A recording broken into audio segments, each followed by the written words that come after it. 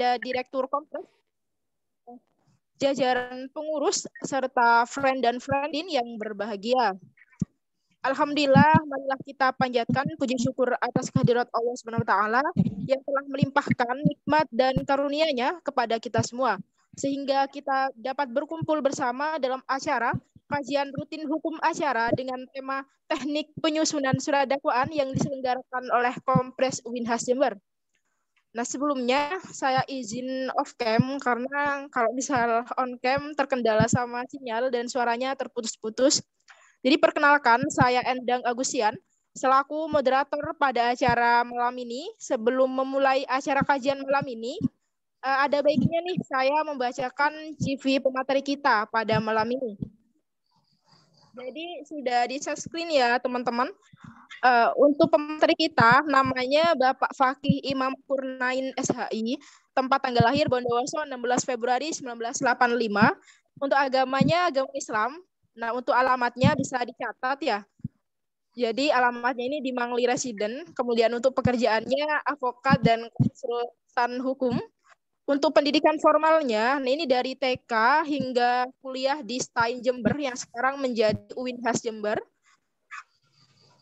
Kemudian ada pendidikan non formalnya dan cukup banyak, yaitu pendidikan khusus profesi advokat Peradi, kemudian pendidikan advokasi dan litigasi UIN Wali Songo Semarang, kemudian pendidikan litigasi dan ikor peradilan negeri, pendidikan lanjutan profesi advokat dan konsultan hukum.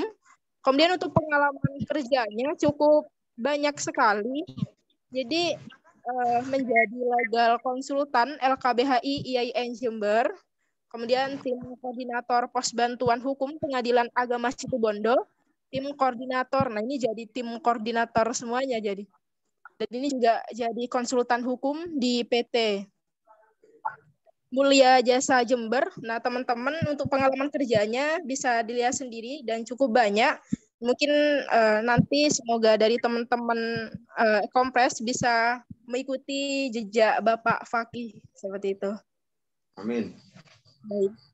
Nah, baik, sebelum memasuki sesi selanjutnya, kita akan melakukan sesi dokumentasi terlebih dahulu nih. Teman-teman banyak yang join gitu. Teman-teman yang belum on cam, silakan Om. Outget semua. Teman-teman bagus sekali ya. Kepada Yuafis bisa segera didokumentasikan ya. Silakan.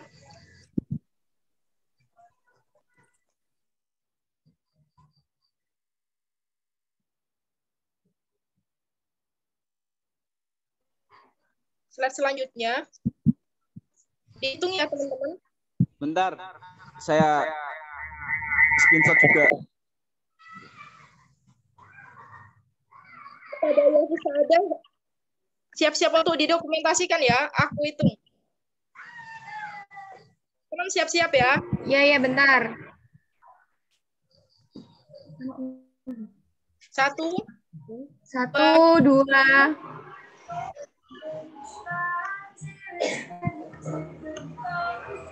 Kok iso?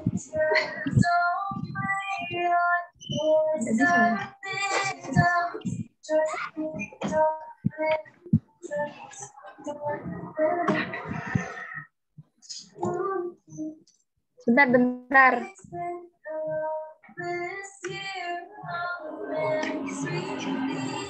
Udah. Ya, karena sudah masuk sesi dokumentasi, teman-teman kalau yang mau on cam silakan on cam, untuk yang off cam juga nggak apa-apa. Jadi memasuki acara inti, di sini saya sudah dan tentunya expert di bidangnya. Kita sudah bersama Bapak Fakih, selamat malam. Iki ambil iki ternyata. Ini bilangnya apa ya? Anu kok. Full screen. Ya. Ada Yofi ada bisa di-mute dulu.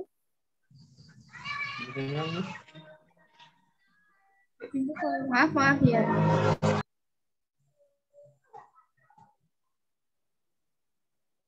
Jadi kita masuki acara inti. Di sini saya sudah ditemani oleh pemateri yang sangat luar biasa dan pastinya sudah expert di bidangnya. Jadi kita sudah bersama Bapak Fakih. Halo Bapak, selamat malam. Selamat malam. Ya Bapak, semoga sehat selalu dan selalu bahagia ya Pak. Nah, Amin. amin. Nah,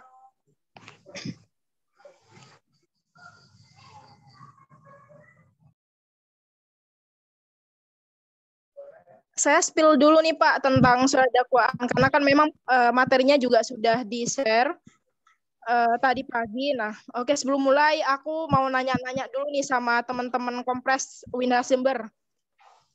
Kira-kira teman-teman sudah baca belum materi yang sudah diberikan oleh Bapak Fakih? Sudah. Insya Allah. Sudah. Nah, mungkin karena ini diskusinya permintaan dari Bapak Fakih itu adalah diskusi yang interaktif, jadi teman-teman juga biar nanti bisa lebih aktif dalam berdiskusi tentang surat dakwaan dan mungkin yang sudah menjawab yang sudah membaca bisa di-spill nih. Kira-kira apa sih surat dakwaan? Silakan.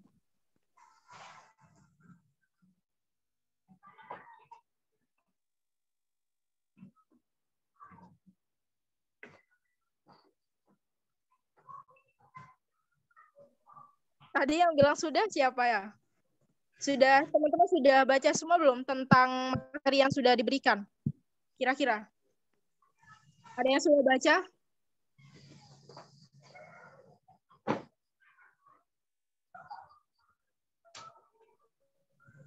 Nah, jadi mungkin teman-teman malu yang mau jawab ya. Jadi apa sih yang dimaksud dengan surat dakwaan? Nah, jadi untuk surat dakwaan itu saya spill yang nantinya akan dijelaskan lebih mendalam oleh pemateri. Jadi dalam kitab Undang-Undang Hukum Acara Pidana itu tidak dijelaskan apa itu surat dakwaan. Namun secara sederhananya surat dakwaan ialah surat yang memuat rumusan tindak pidana yang didakwakan kepada terdakwa.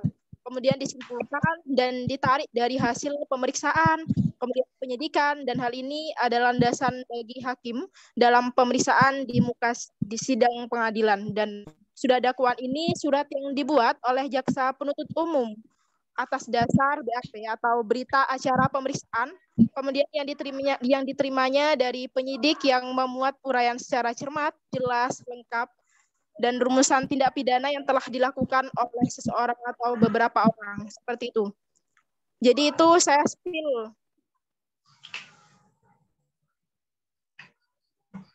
Jadi itu saya spill dulu apa yang dimaksud dengan surat dakwaan. Nah, agar tidak lama-lama lagi nih, saya serahkan kepada Bapak Fakih selaku pemateri malam ini untuk memberikan penjelasan secara gamblang dan nanti akan ada sesi Q&A. Jadi friend dan friend ini diharapkan untuk tetap mengikuti dari awal hingga akhir.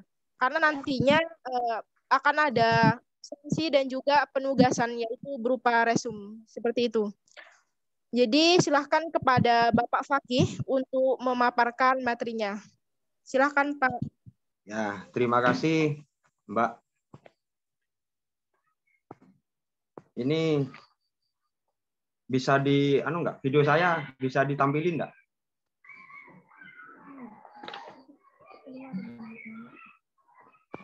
Video Bapak. Video. Bisa lihat enggak video saya sama teman-teman? Belum Pak, ini share screen dari teman-teman Kompres ini Pak. Share screen tentang materinya. Untuk videonya masih belum muncul Pak. Baiknya dimunculin aja video saya. Soalnya saya juga ada yang mau tak tunjukkan ke teman-teman di sini. Adik-adik bisa kelihatan tidak video saya? Bisa Pak, nanti di share screen Pak. Mungkin bisa dikirim ke saya dulu untuk videonya.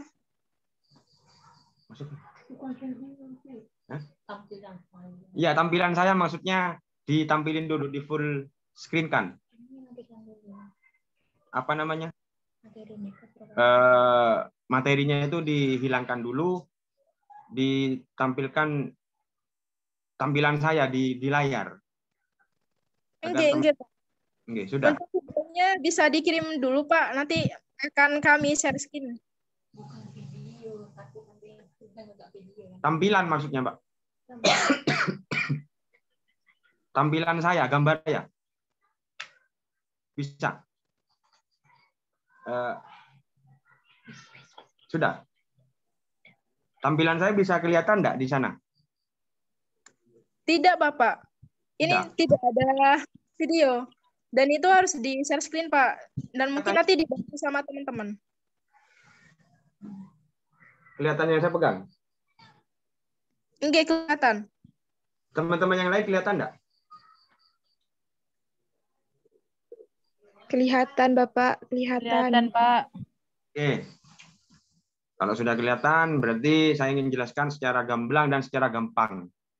Saya ingin nanya, audien ini kira-kira rata-rata semester berapa?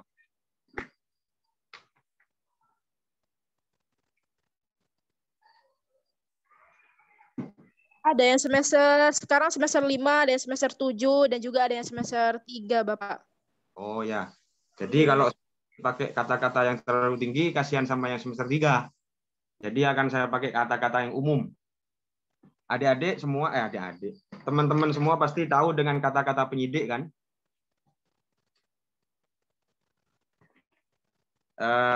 Polisi. Polisi itu ada yang namanya penyidik, ada yang namanya penyidik. Penyidik salah satu tugasnya yaitu memeriksa tersangka yang masuk dalam berkas perkara. Periksa, dan diperiksa, akhirnya jadi berita acara pemeriksaan yang bentuknya kurang lebih seperti ini. Bentuknya seperti ini. Dan itu dibatasi waktu. Penyidik dibatasi waktu untuk menyelesaikan berkas setebal ini. Ada yang namanya ini. Di sini sudah lengkap, bisa sampean baca di layar. Ada berita acara saksi, ada berita acara dari tersangka, ada hasil visum et repertum, ada hasil olah kejadian tempat perkara, ada juga berita acara rekonstruksi dan lain sebagainya. Dan itu ada di dalam ini semua. Setelah itu berkas ini selesai, lantas oleh penyidik dikirim kepada kejaksaan. Dari berkas yang setebal ini, lalu oleh jaksa penuntut umum disederhanakan menjadi hanya setebal ini. Hanya menjadi kurang lebih 3 lembar atau 5 lembar. Jadi dakwaan itu tipis. Kecuali perkara-perkara tertentu dakwaannya bisa sampai beratus-ratus halaman, suatu contoh korupsi. Nah, di dalam dakwaan ini memuat seluruh yang ada di dalam ini. Jadi BAP setebal ini oleh jaksa disederhanakan lalu diuraikan di sini kronologisnya. Itu sudah saya kirimi contohnya di file itu, termasuk uraian pasal yang menjerat kepada terdakwa tersebut. Lalu setelah itu dakwaan dibuat oleh kejaksaan, lalu berkas dilimpahkan ke pengadilan. Dilimpahkan ke pengadilan, lalu digelar sidang untuk itu, dan dakwaan ini sangat penting. Kenapa saya bilang sangat penting? Karena seluruh yang terjadi di dalam persidangan, seluruh pembuktian, seluruh saksi, dan seluruh pembelaan yang dilakukan oleh pengacara, penuntutan yang dilakukan oleh jaksa penuntut umum tidak boleh keluar dari dakwaan ini. Ini adalah bisa dibilang dasar dalam kita melakukan persidangan. Jadi tidak boleh keluar. Semisal dalam dakwaan jaksa penuntut umum mendakwa seseorang dengan pasal pencurian dengan kekerasan. Kalau bahasa umumnya itu begal. Jadi pemeriksaan di dalam persidangan tidak boleh keluar dari itu. Tidak boleh keluar dari pencurian dengan kekerasan. Tidak boleh dengan pencurian berkelompok. Tidak boleh. Karena pasalnya hanya menyangkut terhadap pencurian yang disertai dengan kekerasan. Jadi ini kalau boleh saya bilang ini adalah kerangka dan dasar bagi hakim, bagi jaksa, dan bagi penasihat hukum, dan juga bagi terdakwa dalam menghadapi persidangan. Itu yang pertama, dasar. Terus yang kedua, kenapa dakwaan itu menjadi penting? Dakwaan, di dalam dakwaan itu mengurai kronologis dan peristiwa-peristiwa hukum yang didakwakan kepada terdakwa. Suatu contoh, kembali ke pasal tadi, pencurian dengan kekerasan, apa yang dilakukan oleh terdakwa? Semisal terdakwa menggunakan pisau, terdakwa menggunakan celurit, terdakwa menggunakan pedang. Jadi harus ada unsur-unsur yang bisa menimbulkan adanya kekerasan terhadap si korban. Jadi ketika pasal yang didakwakan dalam dakwaan adalah pencurian dengan kekerasan, jadi jaksa wajib memunculkan apa sebenarnya yang dilakukan oleh terdakwa itu yang berupa kekerasan tersebut. Itu jadi dakwaan dalam persidangan itu menjadi sangat penting. Untuk bentuk-bentuknya dan format-format dakwaan sudah saya kirimkan di file tadi. Jadi teman-teman kompres, saya harap itu baca, itu pahami, karena ketika Anda baik itu menjadi hakim, baik itu menjadi jaksa, baik itu menjadi polisi, baik itu menjadi pengacara, maka harus paham betul, harus hafal luar kepala tentang dakwaan itu. Itu yang selanjutnya. Terus yang ketiga yang ingin saya tekankan, tidak semua dakwaan itu baik. Karena dakwaan yang dibuat oleh jaksa itu kembali kepada individu jaksa masing-masing.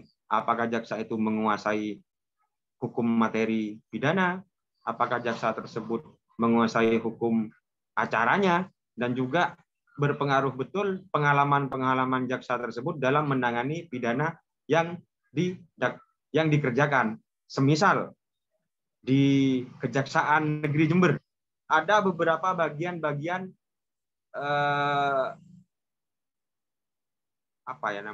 pembidangan di Kejaksaan Jember. Ada yang namanya pidum, pidana umum. Jadi ada yang namanya bidang pidum, pidana umum. Pidana umum itu yaitu jaksa-jaksanya yang tiap hari kerjaannya ya pencurian, ya pembunuhan, ya penipuan, ya togel, dan lain sebagainya. Ada juga yang namanya pitsus. Pitsus itu pidana khusus. Jadi jaksa-jaksanya itu ahli dalam bidang pidana khusus. Suatu contoh, undang-undang anak, pelecehan terhadap anak, persetubuhan terhadap anak, juga terhadap pemotongan kayu itu, illegal logging, itu masuknya ke pidana khusus. Jadi undang-undang atau pidana yang diatur dengan undang-undang khusus itu masuknya ke pitsus. Jadi jaksa bidum belum tentu bisa membuat dakwaan dalam pidana khusus. Begitu juga sebaliknya, pidana khusus, jaksa pidana khusus belum tentu bisa membuat dakwaan yang di pidana bidum. Ada juga yang namanya pitkor, pidana korupsi. Jadi jaksa-jaksanya fokus kepada pidana korupsi. Jadi mereka ahli dalam bidang hukum tentang korupsi dan pencucian uang. Jadi ada spesifikasinya masing-masing. Jadi kembali ke materi ini, untuk membuat sebuah dakwaan yang baik harus ada yang pertama pemahaman terhadap hukum materi, juga pemahaman terhadap hukum acara, dan juga yang tidak kalah penting yaitu pengalaman si jaksa dalam melakukan pekerjaannya tersebut. Seperti itu, Mbak Moderator. Mungkin sebentar lagi bisa lebih diarahkan kepada tanya jawab agar lebih hidup. Terima kasih. Baik, terima kasih. Dan mungkin teman-teman bisa membaca materinya yang sudah saya share di grup masing-masing, dan mungkin teman-teman ada yang mau ditanyakan nih kepada Bapaknya. Jadi untuk diskusi kali ini bukan seperti webinar atau seminar ya, jadi kita lebih kepada FGD gitu. Jadi kita lebih kepada diskusi gitu. Silakan kepada teman-teman. Entah itu dari anggota maupun dari pengurus kalian, mungkin ada yang mau ditanyakan, dipersilakan. Untuk pertanyaan kali ini sebenarnya itu 3, cuman karena diskusi interaktif, jadi saya memberikan kebebasan kepada teman-teman untuk menanyakan hal-hal yang berkaitan dengan teknik penyusunan surat dakwaan. Silakan teman-teman yang ingin bertanya bisa on cam, bisa on mic, atau raise hand. Seperti itu.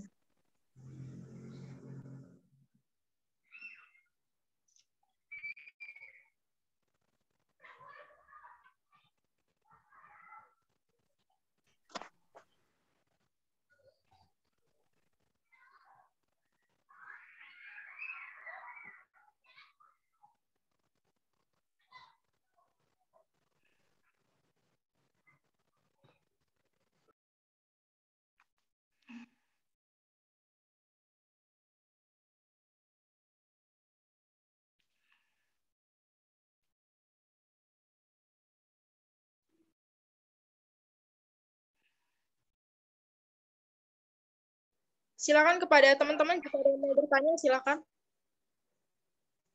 Bebas kok. Silakan kepada Akbar Maulana, silakan bisa on mic.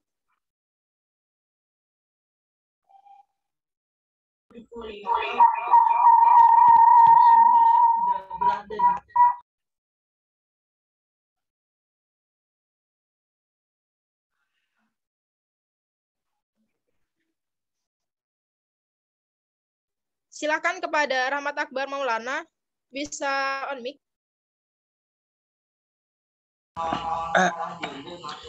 Assalamualaikum warahmatullahi wabarakatuh.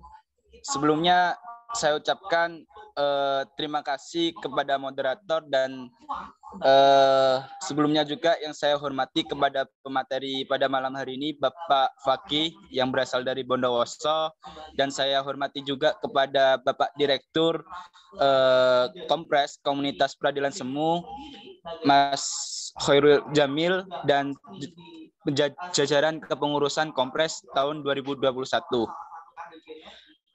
Sebelumnya ini saya perkenalan terlebih dahulu. Perkenalkan, nama saya Rahmat Akbar Maulana. Saya dari Fakultas Syariah Prodi Hukum Ekonomi Syariah semester 3 ya Bapak. Dan di sini saya mau menanyakan terkait dengan dakwaan tersendiri. Apakah ada perbedaan antara dakwaan hukum pidana dengan hukum perdata? Jika ada perbedaan, apa yang menjadikan perbedaan antara dakwaan hukum perdata sama hukum pidana?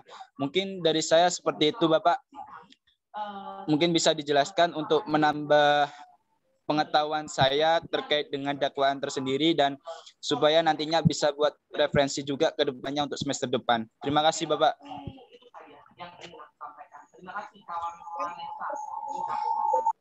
Itu saya jawab ya. Oke, Pak, silakan langsung dijawab. Biar saya tidak lupa pertanyaannya ini. Oke, langsung saja, Pak. Akbar dari Hukum Ekonomi Syariah semester 3. Oke. Perlu saya jelaskan di sini, dalam surat dakwaan itu adanya hanya di pidana.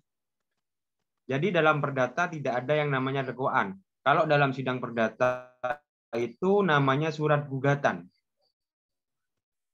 Jadi dakwaan itu menjelaskan tentang perbuatan-perbuatan subjek hukum atau seseorang yang perbuatannya tersebut melanggar hukum negara. Apa saja hukum negara itu? Semua yang diatur dalam KUHP.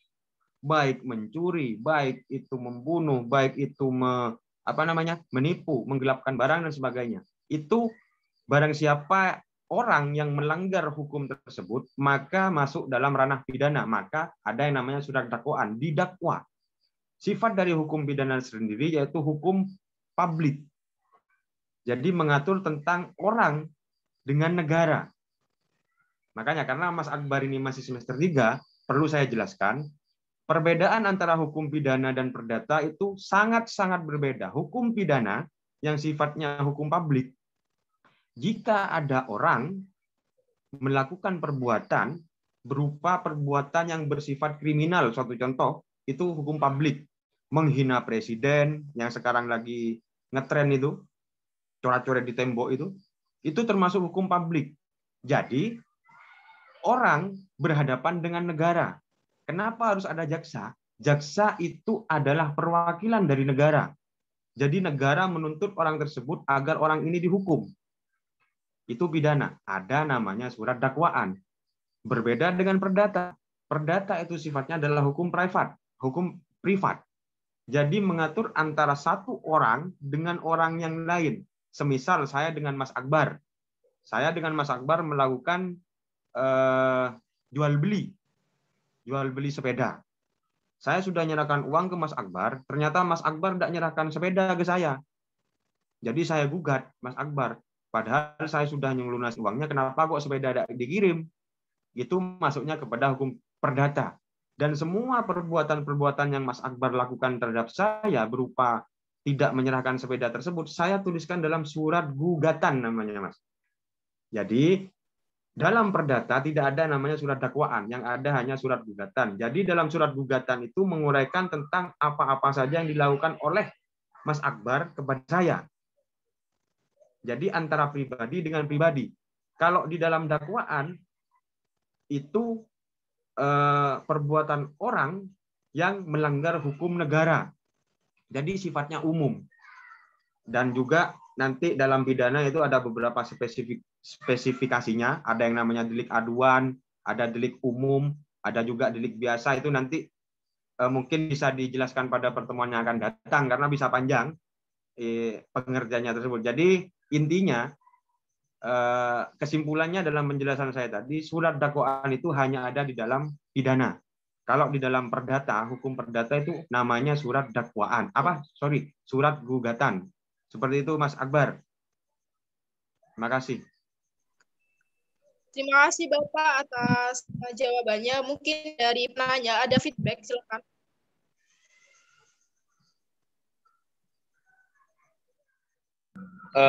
Baik.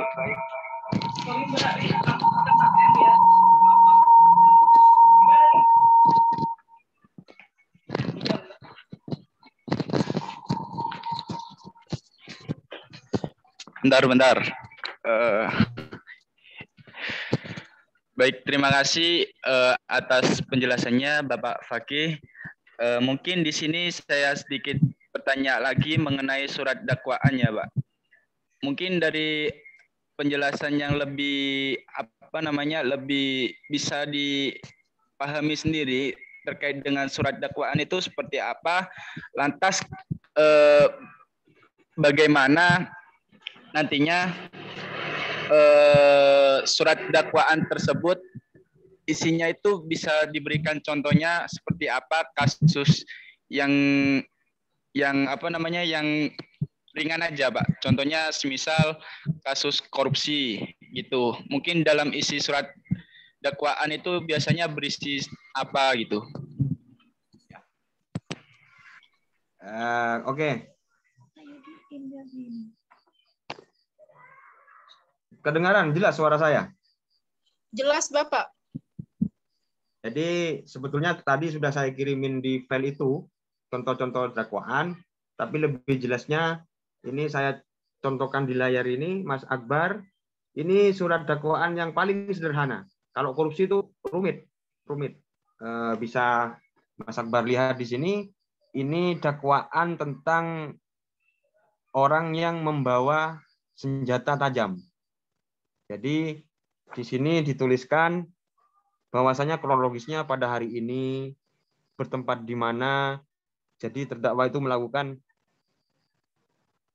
bahwasanya terdakwa itu masuk ke dalam Alfamart di Jalan Subandi, Dr. Subandi, Kelurahan Patrang, dan sebagainya di sepanjang ini.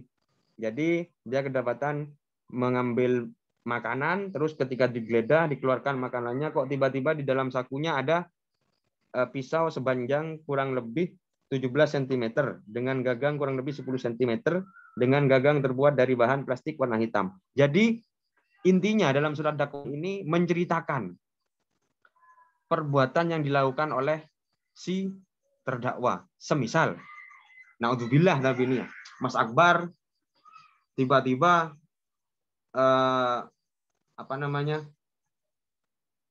membawa senjata tajam, satu contoh, terus ditangkap polisi.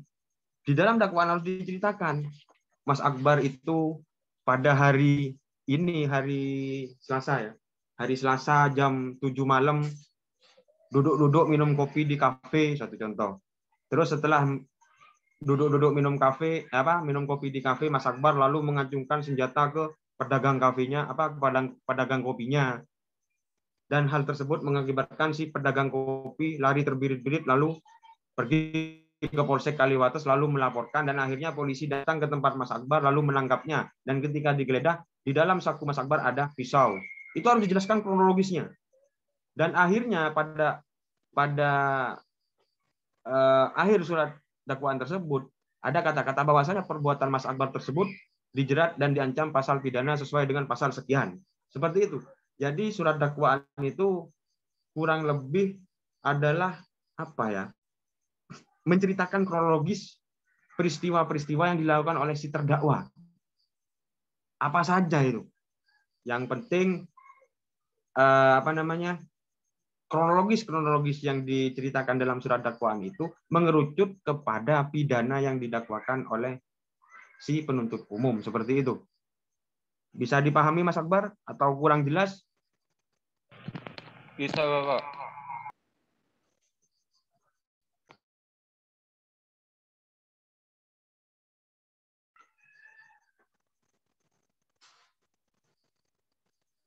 Oke. Untuk Akbar, apakah sudah jelas?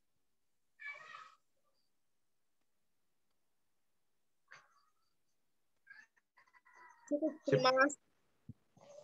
Jadi ada beberapa pertanyaan Pak di room chat.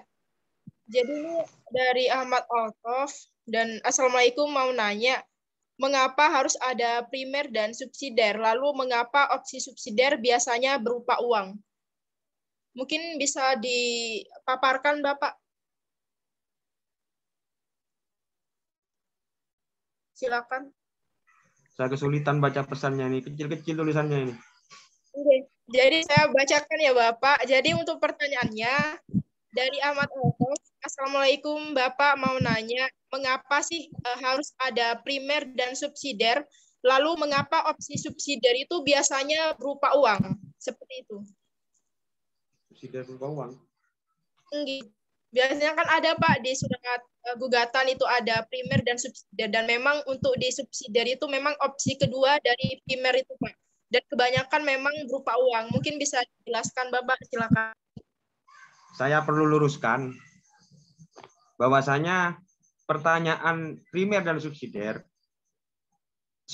berupa uang itu sebenarnya bukan dakwaan, Mbak. Subsidiar berupa uang itu adalah bunyi putusan hakim. Semisal menjatuhkan hukuman kepada si terdakwa 1 tahun penjara dan denda sebesar 500 juta rupiah, subsidiar 6 bulan kurungan. Biasanya seperti itu.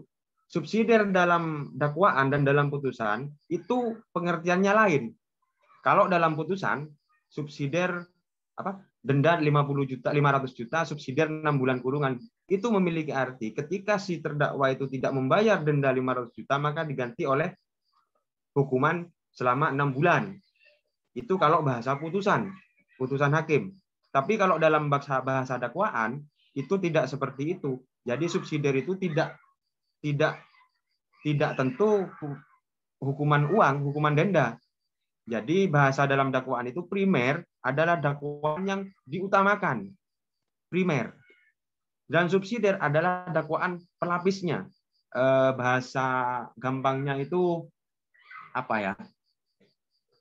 ada dakwaan yang utama, ada dakwaan yang nomor 2. Jadi perlu dipahami subsidiar dalam dakwaan dan subsidiar dalam putusan hakim itu beda. Kalau subsidiar putusan hakim tadi itu, jadi ketika tidak menyerahkan uang diganti oleh 6 bulan kurungan. Kalau di subsidiar dakwaan bisa saya jelaskan bahwasanya kenapa kok jaksa itu kadang membuat dakwaan itu antara lain bentuknya adalah subsidiaritas. Itu bahasanya dakwaan subsidiaritas. Jadi ada ada dakwaan primer dan juga ada dakwaan subsidiar. Berarti jaksa dalam menangani kasus tersebut memiliki keyakinan bahwasanya perbuatan terdakwa tersebut ada 2 unsur yang sama-sama terpenuhi. Dan untuk nyari amannya, agar si terdakwa itu tidak lolos dari jerat hukuman, maka disusunlah surat dakwaan subsidiaritas tersebut, yaitu ada primer, ada subsidiar. Contohnya, agar teman-teman yang terutama semester awal ini paham, yang paling mudah itu adalah kasus pembunuhan. Pembunuhan dalam KUHP ada 3 pasal yang sering didakwakan kepada terdakwa. Yang pertama, 351 ayat 3. Bunyi pasalnya, barang siapa melakukan kekerasan terhadap orang yang menyebabkan kematian, ancamannya hukuman 15 tahun penjara. Itu perlu dicatat, 351 ayat 3. Pasal 338, barang siapa merampas nyawa orang lain dipidana penjara setidak-tidaknya selama 20 tahun. Itu 338. Pasal 340, barang siapa merampas nyawa orang lain dengan niat terlebih dahulu, maka ancaman hukumannya adalah hukuman mati atau seumur hidup atau setidak-tidaknya 20 tahun. Jadi ada 3 pasal tentang pembunuhan yang hukumannya tidak sama. Sama-sama pembunuhan. Dalam kasus pembunuhan harus ada 3 unsur yang harus ada. Yang pertama ada korban, yang kedua ada pelaku, yang ketiga ada barang bukti. Pembunuhan di mana-mana seperti itu. Ada pelaku, ada korban, ada barang bukti. Tetapi bagaimana caranya agar kita itu bisa memunculkan peristiwa-peristiwa tersebut? Toh hakim pun tidak tahu peristiwanya. Jaksa pun tidak tahu peristiwanya. Pengacara pun tidak tahu peristiwanya. Kan mereka hanya tahu setelah terjadinya pembunuhan. Yang tahu terjadinya pembunuhan hanyalah terdakwa dan korban. Maka dari itu, muncullah saksi, muncullah alat bukti, muncullah barang bukti, muncullah dokter ahli. Jadi itu dirangkum hingga membentuk sebuah keyakinan. Maka dari itu muncullah dakwaan primer subsidiar. Semisal dakwaan primernya adalah pembunuhan berencana. Terus yang subsidiarnya 338 KUHP pembunuhan biasa. Ancaman hukumannya beda loh. Walaupun pembunuhannya sama. Yang perlu dimunculkan dalam persidangan adalah niat. Kapan si terdakwa itu muncul niat untuk melakukan pembunuhan tersebut. Saya agak panjang kalau menceritakan pembunuhan. Dalam pembunuhan berencana harus ada 3 teori yang harus muncul. Yang pertama adalah teori kehendak. Yang kedua adalah teori tenggang waktu. Yang ketiga adalah teori sadar kemungkinan. Yang pertama teori kehendak, sejak kapan si terdakwa ingin melakukan pembunuhan tersebut. Yang kedua teori tenggang waktu, berapa lama dia mempersiapkan pembunuhan tersebut. Yang ketiga teori sadar kemungkinan, ketika si terdakwa menusuk korban di leher, berarti dia sadar, dia yakin, dia tahu orang yang ditusuk di leher akan mati. Berbeda dengan orang yang ditusuk di betis, tidak akan mati. Jadi 3 unsur tersebut harus ada. Ketika 3 unsur tersebut ada, maka muncullah 340 KUHP, yaitu pembunuhan berencana. Ancaman hukumannya mati. Salah satu unsur tidak ada, tidak terbukti, larinya ke 338, yaitu pasal pembunuhan biasa. Ancaman hukumannya maksimal 20 tahun. Beda jauh. Jadi jaksa harus hati-hati. Harus dalam menyidangkan kasus yang rumit, jaksa pasti akan memakai pasal berlapis. Ketika si terdakwa lolos dari 340 KUHP pembunuhan berencana, maka si terdakwa akan dijerat oleh pasal pembunuhan biasa. Atau ada juga yang lebih subsidiaritas, lebih subsidiar, itu ada. Kadang dalam dakwaan itu ada 3 pasal. Ada primer, ada subsidiar, ada lebih subsidiar, dan juga ada lebih subsidiar. Ada. Berarti jaksanya itu akan seolah-olah agar si terdakwa tidak lolos dari dakwaannya. 340 KUHP pembunuhan berencana. Terus subsidiarnya 338 KUHP pembunuhan biasa. Lebih subsidiarnya 351 ayat 3 penganiayaan yang mengakibatkan kematian. Yang lebih subsidiar lagi pasal 59 KUHP, yaitu kelalaian yang menyebabkan kematian. Jadi ketika terdakwa itu lolos dari primer pembunuhan berencana, dia masih bisa didakwa oleh pembunuhan biasa. Lolos dengan pembunuhan biasa, dia bisa didakwa dengan penganiayaan yang menyebabkan kematian. Lolos dari penganiayaan yang menyebabkan kematian, dia masih bisa dijerat dengan kelalaian menyebabkan kematian. Lolos dengan kelalaian menyebabkan kematian, masih bisa dijerat dengan kealpaan. Beda loh. Beda. Dalam dunia pidana memang pelik.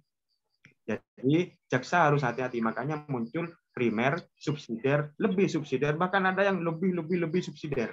Jadi dalam makalah yang saya kirimkan tadi itu ada format dakwaan campuran. Jadi dakwaan campuran itu memberi kebebasan kepada jaksa untuk menyusun dakwaannya. Seberapa banyak pasal yang bisa dijeratkan kepada si terdakwa tersebut. Begitu, Mbak Moderator. Baik, terima kasih. Jadi pada intinya, nah sebenarnya primer itu adalah yang paling pokok, kemudian untuk subsidiar itu adalah opsinya. Jadi untuk subsidiar ini tidak melulu soal uang, bisa saja contohnya misalkan di primernya itu tidak menyerahkan uang, maka bisa diganti dengan pidana kurungan seperti itu. Jadi apa-apa tidak melulu soal uang seperti itu. Untuk penanya apakah ada feedback, silakan bisa on cam, on mic atau bisa di room chat.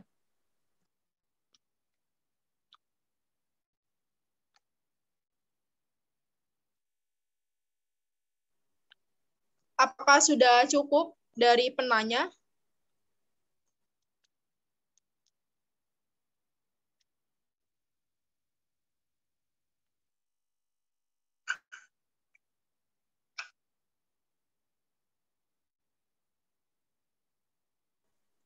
Kayaknya sudah cukup. Jadi ini teman-teman pada antusias Bapak. Jadi sangat ini excited banget buat ikut kajian malam ini. Jadi masih banyak pertanyaan.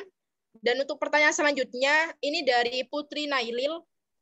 Saya ingin bertanya, berdasarkan yang telah saya pelajari selama perkuliahan, saya melihat bahwa ada persamaan dalam surat dakwaan dan surat gugatan, yaitu sama-sama menjadi patokan hakim dalam melakukan pemeriksaan dan memutuskan perkara. Yang saya ingin tanyakan, apakah ada perbedaan antara surat dakwaan dan surat gugatan? Dan ini sudah dijelaskan di awal tadi. Mungkin bisa dijelaskan kembali Bapak lebih mendetail kepada Bapak. Ya Mbak, maaf Mbak Moderator. Ya penjelasannya tadi sudah cukup jelas. Dan pertanyaannya saya ganti di room chat yang paling bawah. Oh, enggak. Oh iya, ini dari Mbak Putri Nailil. Ingin bertanya, bagaimana jika surat dakwaan tersebut ditolak oleh hakim? Upaya hukum apa yang bisa dilakukan oleh jaksa penuntut umum apabila surat dakwaannya ditolak? Kepada Bapak Fakih dipersilakan untuk menjawab. Jadi surat dakwaan yang cacat hukum, kalau bahasa hukumnya itu cacat hukum, tidak lengkap itu, baik secara formil maupun materi, semisal namanya terdakwa salah, semisal namanya adalah Sunardi, satu contoh. Tapi dalam dakwaan ditulis Sunarto, salahnya fatal. Itu ada beberapa kemungkinan. Ketika syarat formil yang tidak dipenuhi tersebut, suatu contoh Sunardi jadi Sunarto itu yang namanya dakwaannya tidak dapat diterima. Itu bahasa hukumnya, tidak dapat diterima. Jadi dakwaan ditolak itu ada beberapa bahasa, tidak dapat diterima. Terus yang kedua, dakwaan batal demi hukum. Semisal di tengah persidangan terdakwa meninggal dunia. Jadi secara otomatis dakwaan tersebut harus diputus. Karena terdakwa meninggal dunia, maka dakwaan jaksa penuntut umum dalam perkara sekian batal demi hukum. Jadi sama-sama apa ya? Sama-sama kalah lah, sama-sama gugur lah. Terus yang ketiga, dakwaannya itu diputus bebas. Bebas berarti si terdakwa itu tidak terbukti melakukan perbuatan pidana tersebut. Semisal si A didakwa melakukan pembunuhan di mana namanya di Jember hari Selasa. Tapi ternyata pada hari Selasa terdakwa tidak ada di Jember, si terdakwa ada di Surabaya. Berarti kan tidak terbukti. Berarti ada orang lain yang melakukan pembunuhannya tersebut. Jadi dakwaannya tersebut adalah diputus bebas. Terus yang keempat, dakwaannya itu diputus lepas. Beda. Kalau lepas, si terdakwa itu memang melakukan perbuatannya, tetapi pasalnya tidak tepat. Semisal pembunuhan. Pembunuhan di di Jember dilakukan rencana terlebih dahulu, tetapi di dakwaan tidak ada pasal pembunuhan berencana, tetapi di dakwaannya itu adalah kealpaan menyebabkan kematian. Pasalnya salah. Jadi itu bahasa hukumnya adalah lepas. Konsekuensinya berbeda-beda. Berbeda-beda. Ketika dakwaan tidak dapat diterima, syarat formilnya tidak lengkap. Jadi terdakwa itu harus keluar dari tahanan. Diperintahkan keluar dari tahanan, tetapi berkas tersebut dikembalikan ke polisi agar diperbaiki, akhirnya disidangkan lagi. Kalau gugur batal demi hukum, secara otomatis dakwaan tersebut gugur. Semisal si terdakwa meninggal dunia, jadi tidak perlu dikirim ulang ke kepolisian lagi, otomatis dakwaan tersebut persidangan tersebut selesai sudah. Dan untuk putusan putusan bebas, jadi jaksa itu bisa melakukan upaya hukum banding. Bisa melakukan upaya hukum kasasi. Kalau bebas harus langsung kasasi, tidak banding. Harus kasasi. Jadi jaksa tersebut kasasi ke Mahkamah Agung. Untuk lepas, ada dua opsi pilihan kepada jaksa. Jaksa bisa melakukan banding, terus si jaksa bisa mengembalikan berkas tersebut ke kepolisian agar diperiksa ulang. Jadi dari beberapa efek gugurnya dakwaan tersebut ada beberapa opsi yang berbeda-beda seperti itu, tergantung oleh sebab apa dakwaan tersebut batal. Bahasanya pertanyaan tadi apa? Coba dibantu saya, lupa. Dakwaan batal apa tadi? Untuk pertanyaannya, bagaimana jika surat dakwaan tersebut ditolak oleh hakim? Kemudian upaya hukum apa yang bisa dilakukan oleh jaksa penuntut? Ya, jadi untuk Mbak penanya tadi, ketika dakwaan tersebut ditolak itu ada beberapa poin yang saya jelaskan tadi. Itu ada yang batal tidak dapat diterima, ada yang batal demi hukum, ada yang bebas, ada yang lepas. Jadi tidak ditolak bahasanya. Dari 4 poin tersebut, upaya hukumnya berbeda-beda. Sama seperti yang sudah saya jelaskan tadi. Seperti itu Mbak penanya.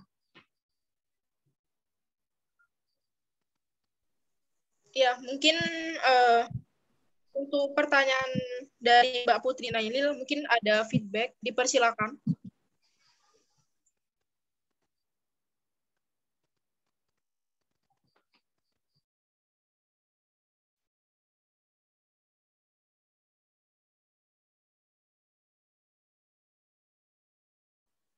Dari Putri Nailil ada feedback?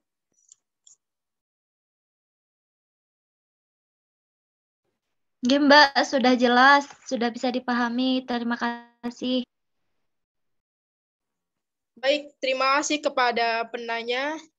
Nah, selanjutnya ada pertanyaan lagi dari Silvi Auliatus Syabania.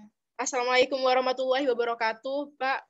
Sebelumnya terima kasih atas waktu dan penjelasannya. Yang hormat Bapak Fakih, nah izin bertanya. Bagaimanakah jikalau surat dakwaan yang merupakan dasar penuntutan perkara pidana itu berbeda dengan surat tuntutan? Silakan kepada Bapak. Kalau tuntutan tidak sama dengan dakwaan itu, saya kok tidak pernah menemukan ya di dunia praktek itu. Jadi surat tuntutan itu, rekusiator itu dasarnya adalah dakwaan. Jadi dakwaan, kalau di dunia praktek saya belum pernah menemukan surat tuntutan yang keluar dari dakwaan. Tetapi semisal itu terjadi, maka yang wajib diputus oleh hakim yaitu bebas, ya harus atau minimal lepas. Jadi seperti ini, perjalanan perkara itu di sidang pidana itu, dakwaan itu dibacakan oleh jaksa penuntut umum. Setelah dakwaan, ada yang namanya pembuktian. Pembuktian saksi-saksi yang dihadirkan oleh jaksa jadi memperkuat dalil-dalil jaksa dalam dakwaan tersebut. Nah, terus setelah pembuktian selesai dan surat tuntutan sudah dibuat, dalam surat tuntutan tersebut dicantumkan lagi dakwaan. Jadi di halaman pertama surat tuntutan itu harus ada dakwaan. Jadi dicantumkan dakwaannya itu didakwa pasal berapa, pasal berapa, pasal berapa. Berdasarkan keterangan saksi dan alat bukti lain, akhirnya jaksa berpendapat bahwasanya perbuatan tersebut dituntut dengan pasal ini. Jadi meskipun dalam dakwaan itu ada 3 pasal, jadi dalam surat tuntutan hanya ada 1 pasal yang dituntut berdasarkan bukti-bukti di dalam pengadilan. Makanya saya tadi kok agak bingung. Dalam praktek saya tidak pernah menemukan surat tuntutan yang keluar dari dakwaan tersebut. Jadi apa ya, bahasa mudahnya itu surat tuntutan adalah pengembangan dari dakwaan. Pengembangan dari dakwaan. Jadi surat dakwaan itu simple, hanya bercerita tentang kronologis, terus diperkuat oleh saksi-saksi dan bukti-bukti, dan itu dimunculkan dalam surat tuntutan, dituliskan dalam surat tuntutan.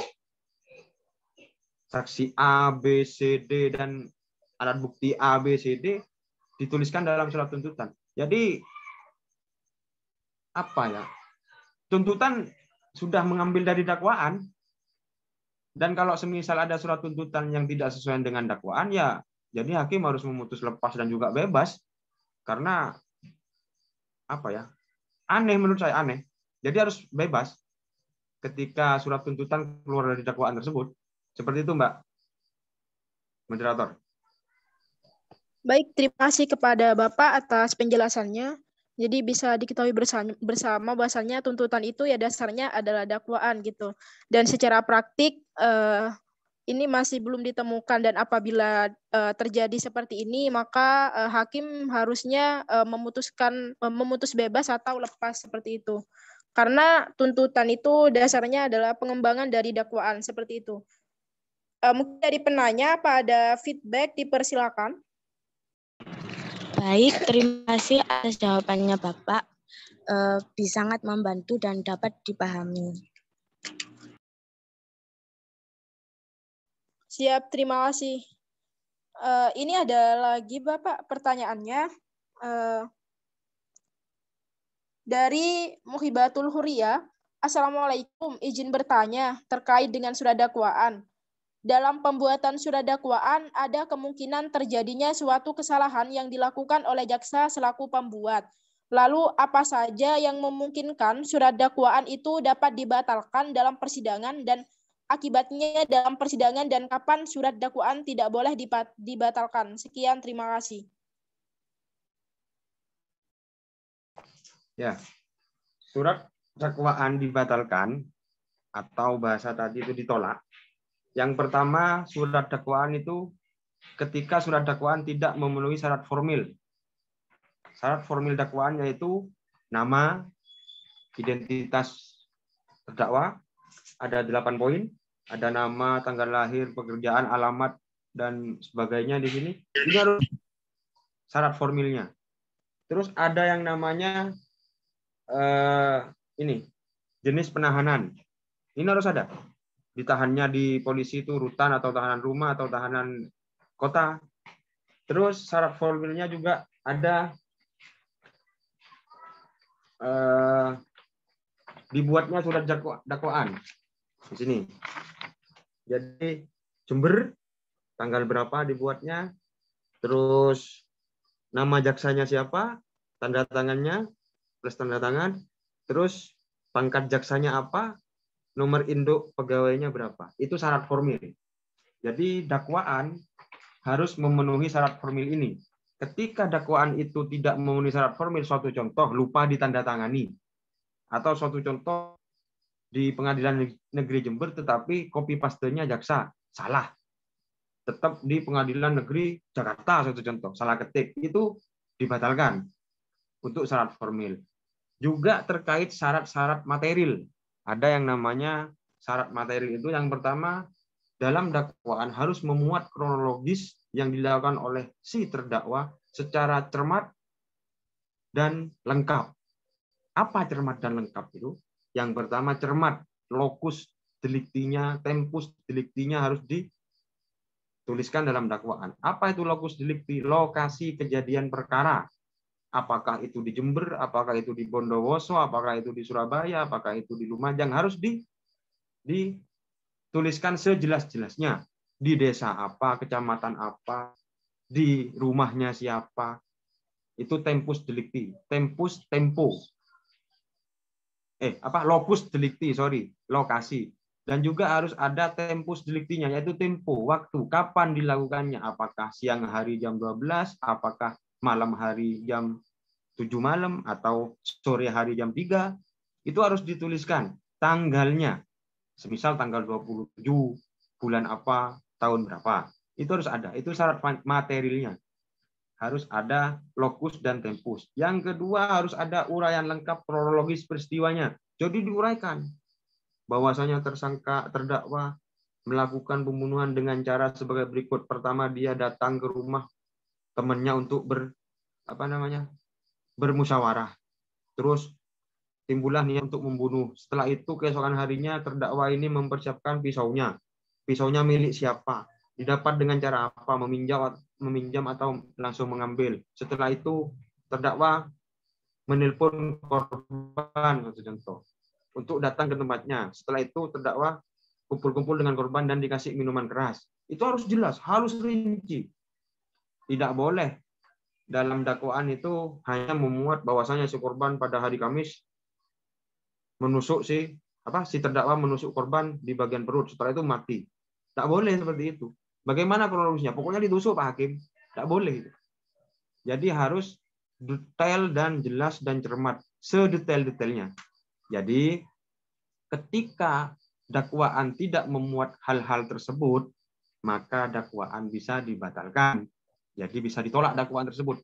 Tidak dapat diterima, kalau bahasa hukumnya itu tidak dapat diterima. Jadi dakwaan yang tidak memenuhi syarat formil dan material, nah ini sudah masuk ke hukum acara persidangan, ada kesempatan dari pengacara atau penasihat hukum untuk mengajukan atau membuat eksepsi. Setelah dakwaan dibacakan, ada agenda sidang yang namanya eksepsi, yaitu tangkisan. Jadi penasihat hukum atau terdakwa dan juga di Bapas itu bisa membuat eksepsi. Eksepsi itu apa? Jadi intinya penasihat hukum dan terdakwa itu mengkoreksi dakwaan jaksa. Mengkoreksi bukan terhadap hukum materinya.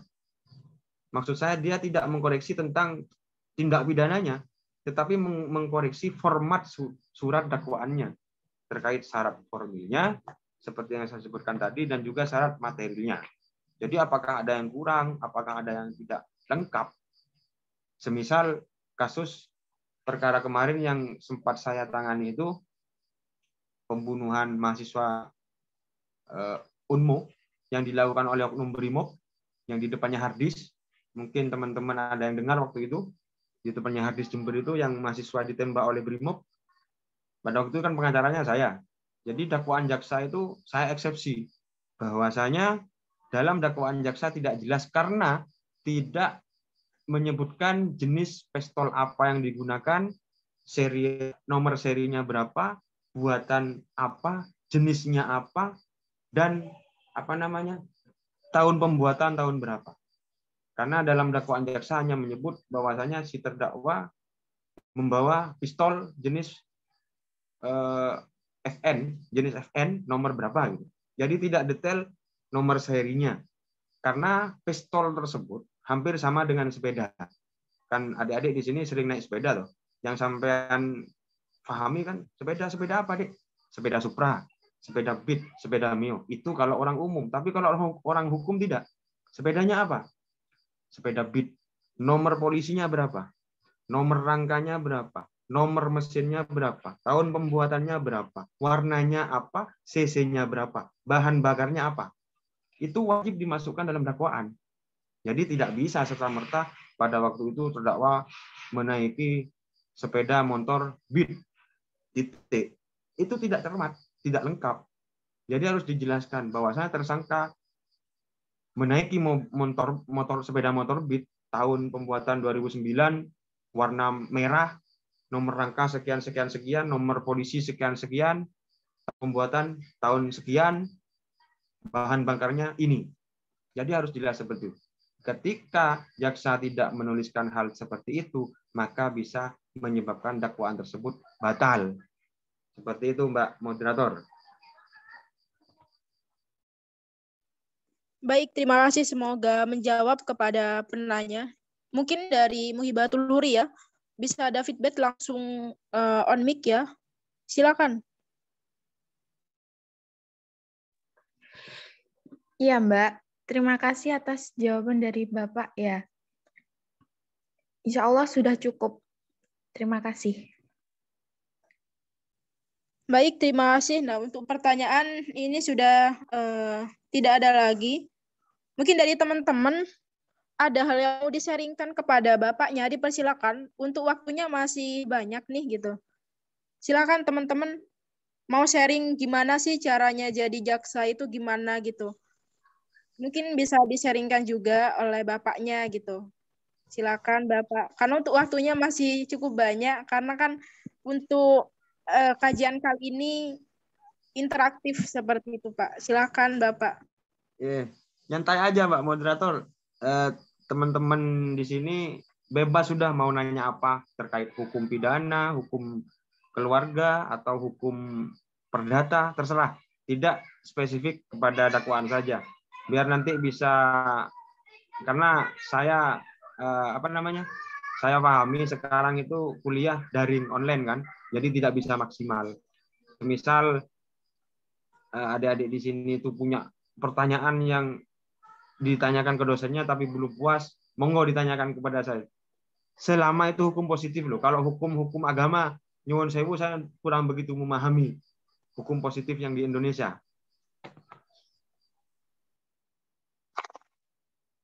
Silakan teman-teman, ini kesempatan buat teman-teman berbicara langsung sama Bapak Fakih selaku advokat dan konsultan hukum. Silakan kepada teman-teman bisa on mic atau enggak bisa chat di moderatornya ini yang mau nanya ini. Kayaknya Pak moderatornya cerdas ini. Ya, Pak, saya, Pak. Izin bertanya, Pak. Ya. Silakan ada. Saya mau sambil rokokan soalnya dari tadi pulang kerja ada rokokan saya ini. Enggak apa-apa, Pak. Silakan, Pak. Enggak apa-apa, Pak. Monggo, Bapak. Monggo. Rokokan, Pak. Ini teman-teman bisa enjoy, Bapak, untuk bisa langsung masuk gitu materinya. Jadi teman-teman untuk sekarang ini enjoy aja ya. Jadi jangan terlalu tegang biar materi yang disampaikan itu juga masuk gitu. Silakan kepada Akbar.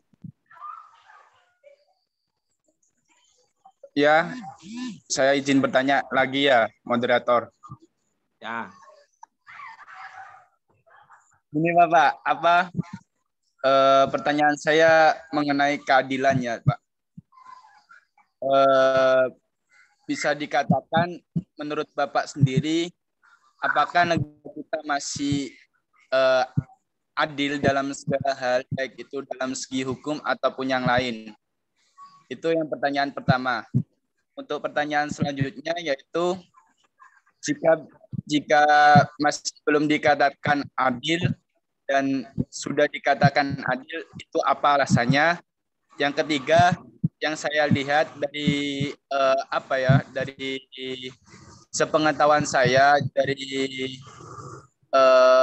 kasus-kasus yang pernah saya dengar bahwa di negara kita sendiri pastinya tentunya ada masih belum bisa menegakkan keadilan, di mana pada waktu itu ada sebuah kasus yang di mana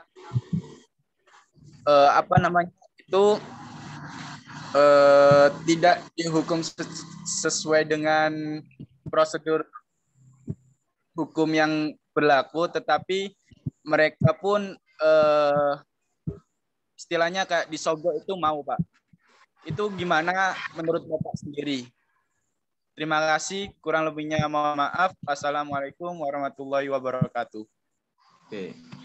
Pertanyaan bagus itu. Menarik pertanyaan itu. Jadi prinsip keadilan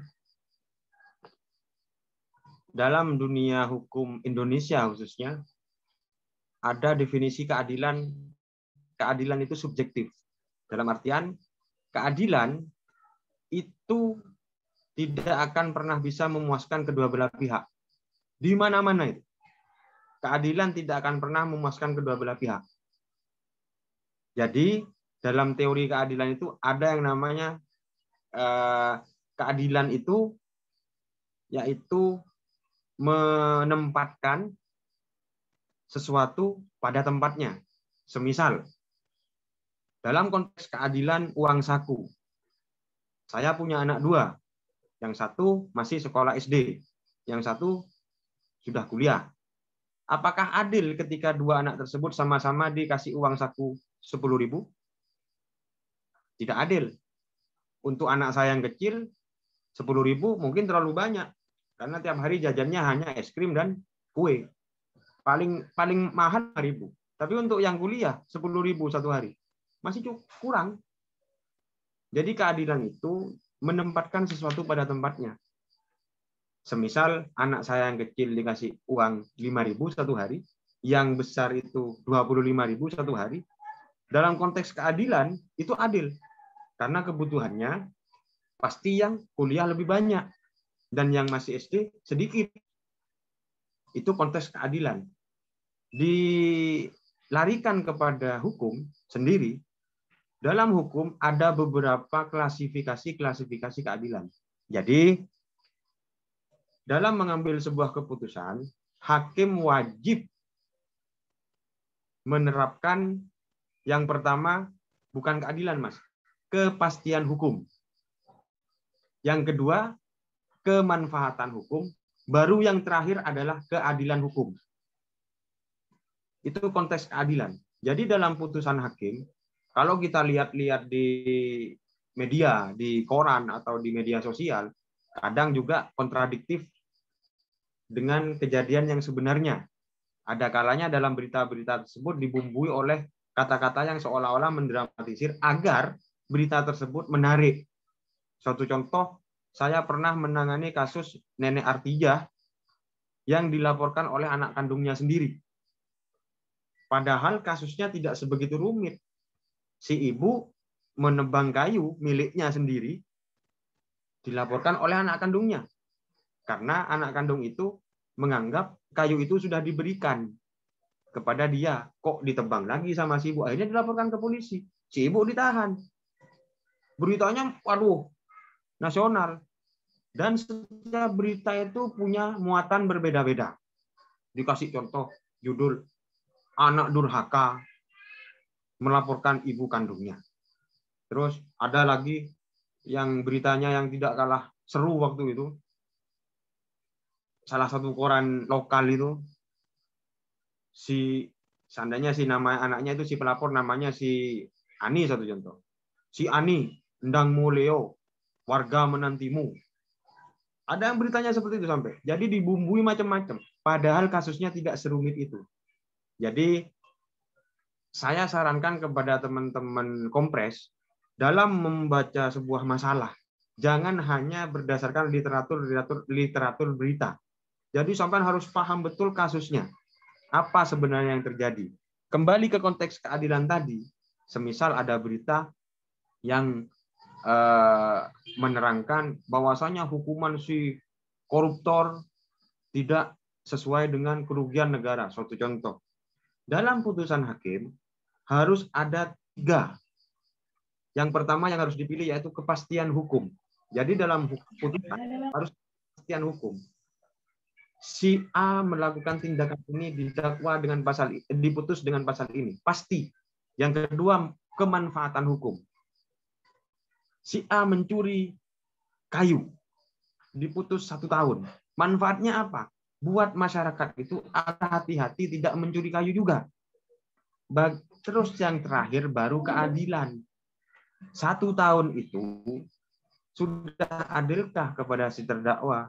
Sudah adilkah kepada si pemilik kayu? Jadi konteks keadilan itu dalam putusan hakim itu nomor 3. Jadi yang dikedepankan adalah kepastian. Nah, terus kembali kepada pertanyaan yang nomor 2 tadi, apakah Indonesia sudah adil menurut pendapat saya? Karena saya pengacara yang sering menangani kasus-kasus pidana, konteks pengacara dalam hukum, dalam sidang pidana itu, kalau prinsip saya tidak akan membela kesalahannya. Yang saya bela adalah haknya. Semisal, saya membela pembunuh. Membunuh salah. Dilihat dari hukum apapun, hukum agama, apalagi hukum positif Indonesia, salah. Di mana-mana orang membunuh itu salah. Tetapi, dia membunuh itu apa motivasinya? Apakah dia direncanakan? Apakah spontanitas? Apakah niatnya hanya untuk menyakiti saja tetapi kelepasan malah meninggal? Apakah kelalaian? Apakah kealpaan? Apakah overmark? Overmark itu adalah sebuah kejadian yang tidak bisa lepas dari itu. Kalau bahasa Maduranya itu teprak-pek. Dia tidak bisa lari dari kejadian tersebut yang berlangsung singkat. Itu namanya overmark. Jadi yang saya bela itunya. Membunuhnya tetap salah. Tetapi motivasi dia membunuh apa? Apakah lalai? Apakah sengaja? Ataukah dia hanya ingin menganiaya, menyakiti saja? Hukumannya beda. Penjaranya beda. Berapa tahun itu beda. Tiap pasal. Jadi yang saya bela itunya. Dan selain itu masih ada alasan yang namanya alasan meringankan.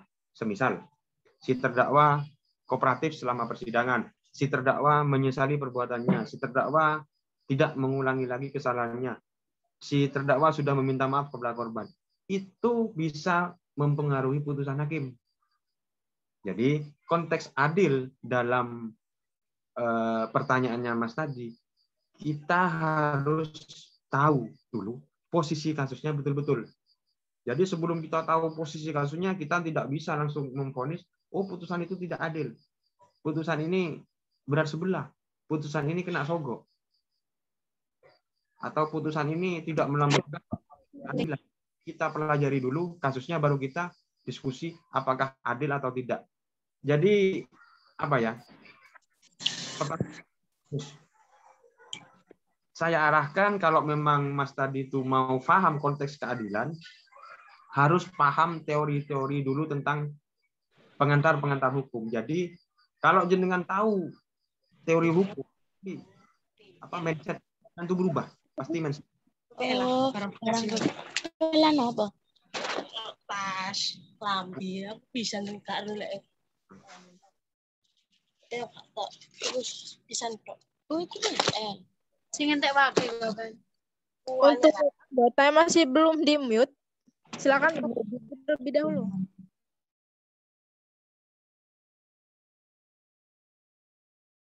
Bisa dilanjutkan, Bapak? Dipersilakan.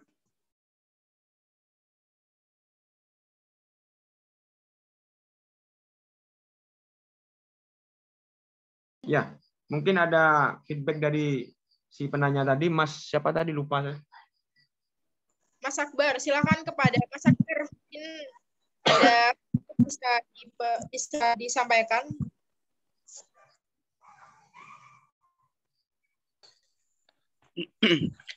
Berarti gini Pak, feedback sedikit ya. Berarti menurut Bapak sendiri, pendapat Bapak sendiri, menurut Bapak selama Bapak mempunyai pengalaman yang sangat banyak ya Pak, negara kita ini berarti sudah termasuk adil atau gimana Pak? Itu pilihannya, masih adil atau tidak? Yang kedua, dengan pilihan Bapak adil atau tidaknya, itu alasannya apa? Semisal Bapak menyebutkan bahwa negara Indonesia pada saat ini sudah memiliki sistem yang sangat adil, di mana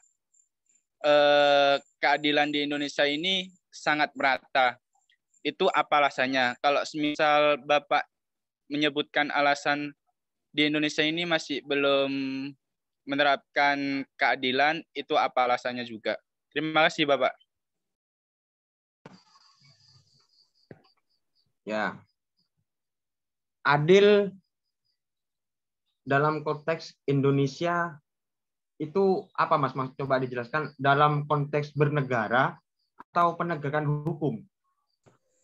Penegakan hukumnya, Pak. Kalau dalam konteks penegakan hukum, mau atau tidak mau, suka atau tidak suka, undang-undang yang kita jadikan kiblat sekarang itu sudah usang.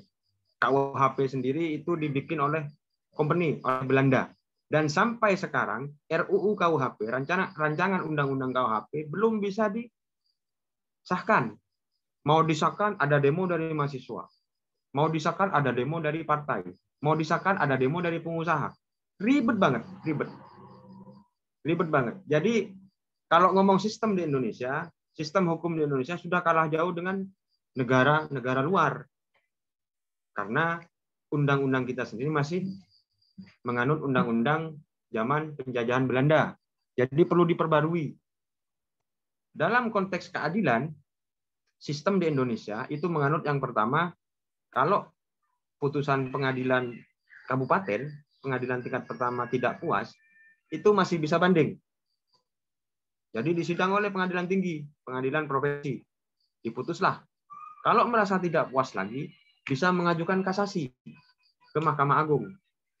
Diputuslah oleh Hakim Agung. Masih belum puas lagi, dia bisa mengajukan peninjauan kembali. Masih belum puas. Harus ada peninjauan kembali dan harus ada bukti baru. Jadi ketika orang sudah diputus oleh pengadilan, itu tidak titik, tidak selesai, masih ada upaya-upaya hukum lain yang masih bisa diusahakan. Dan kebanyakan masyarakat kita tidak paham itu. Makanya saya banyak berharap kepada adik-adik di Kompres ini, nanti ketika lulus, terjun ke masyarakat luas, sampai bisa menjadi corong, bahwasanya orang yang divonis seperti ini masih bisa mengajukan upaya hukum, masih bisa mengajukan banding, kasasi, dan sebagainya. Jadi banyak masyarakat kita yang masih belum tahu, akhirnya larinya ke pasrah. Dan memang dalam praktiknya orang yang paham hukum itu kebanyakan biasanya pengacara, untuk memakai jasanya itu biayanya mahal. Akhirnya ketika orang diputus oleh pengadilan, tapi dia sebenarnya tidak puas, tapi untuk banding tidak tahu caranya, tapi untuk nyewa pengacara dia juga tidak punya uang, akhirnya larinya ke pasrah. Seperti itu. Makanya saya itu banyak harapan kepada teman-teman di sini, nanti ketika sudah terjun ke masyarakat bisa menjadi praktisi hukum yang berguna bagi masyarakat, yang tidak hanya mindset-nya uang, yang bisa membantu orang-orang yang lemah dan segala macam agar mereka bisa mendapatkan keadilan yang betul-betul diharapkan oleh mereka. Kalau secara umum dalam penegakan hukum di Indonesia, kalau saya bilang adil, masih ada banyak yang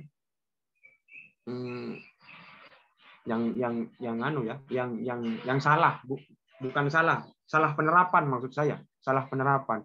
Tapi kalau dibilang tidak adil, sistem kita sudah canggih. Kita kembali kepada kesadaran masyarakatnya sendiri.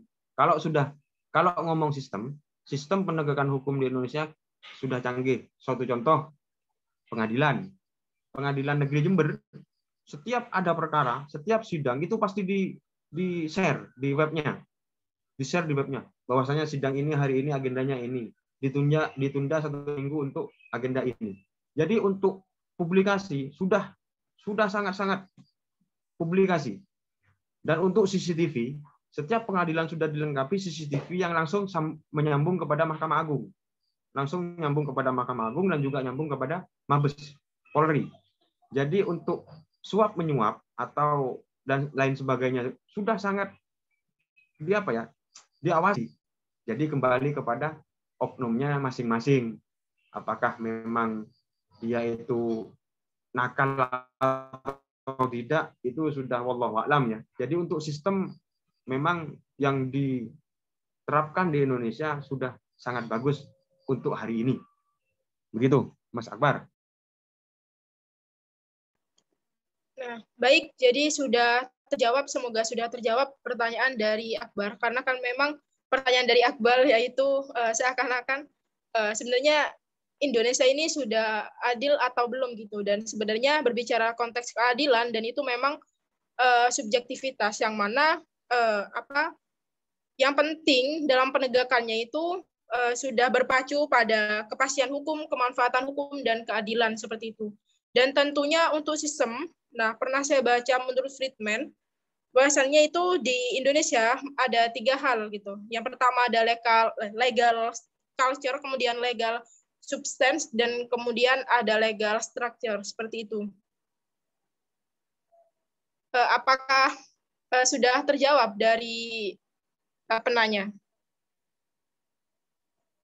Karena kita nggak bisa mengklaim bahwasanya Indonesia ini masih belum adil, Indonesia ini sudah adil gitu. Karena pasti ada cacat baiknya seperti itu. Yang jelas sudah mengacu pada sistem yang ada seperti yang sudah saya sebutkan seperti itu dan yang sudah Bapak Fakih jelaskan seperti itu. Saya kira cukup dari penanya. Nah, ini ada 2 penanya lagi. Silakan kepada siapa dulu nih? Mbak Cindy, silakan kepada Mbak Cindy. Baik, terima kasih moderator. Yang terhormat Bapak Fakih selaku pemateri pada kajian hari ini, tak lupa moderator yang menuntun jalannya diskusi pada malam hari ini. Gini, langsung saja pertanyaan saya. Saya bertanya mengenai surat dakwaan, Bapak. Yang saya tanyakan adalah terkait batas waktu perubahan surat dakwaan. Nah, di KUHP ini ada 2 perspektif, ada 2 sisi. Yang mana batas perubahan ini kan diatur pada pasal 144 ayat 1 dan 2. Nah, yang saya baca itu pada ayat 1-nya itu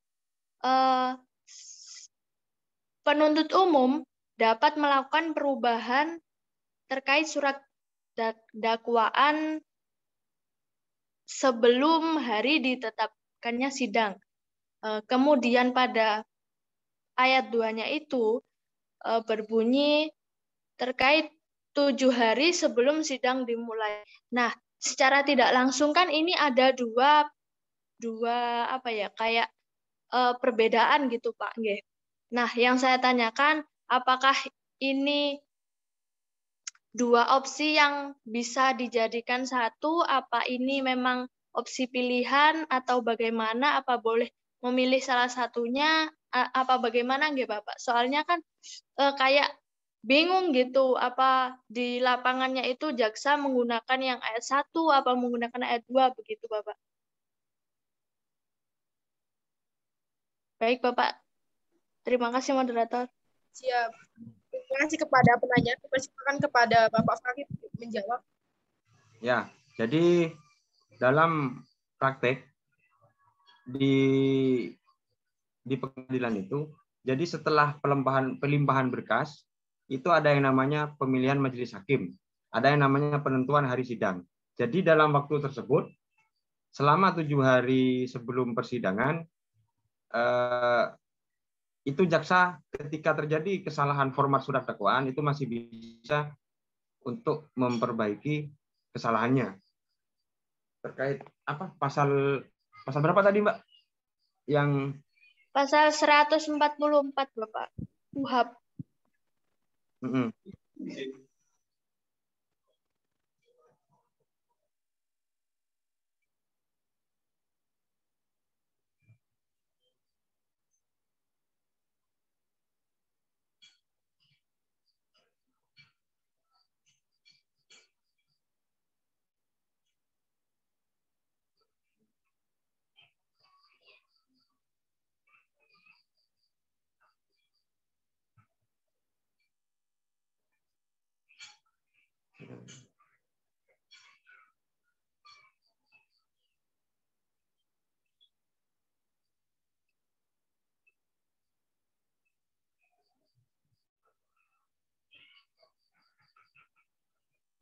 Mohon maaf Bapak, untuk suaranya belum jelas.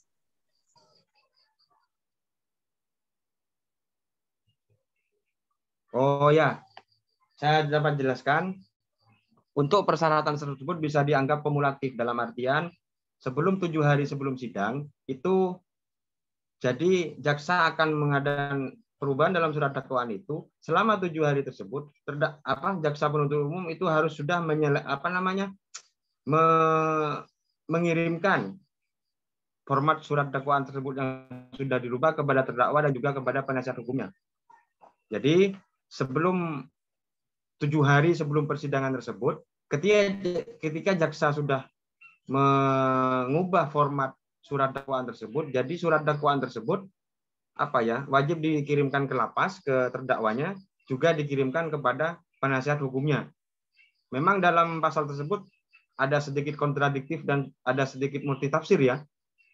Yang pertama menyebutkan 7 hari sebelum sidang atau sebelum sidang tersebut ditetapkan. Kalau penafsiran saya itu dua-duanya memang kontradiktif dalam artian memang kontradiktif. Tapi sepengalaman saya dalam praktek itu kalau dalam perubahan tersebut biasanya itu 7 hari sebelum sidang, Pak. 7 hari sebelum sidang.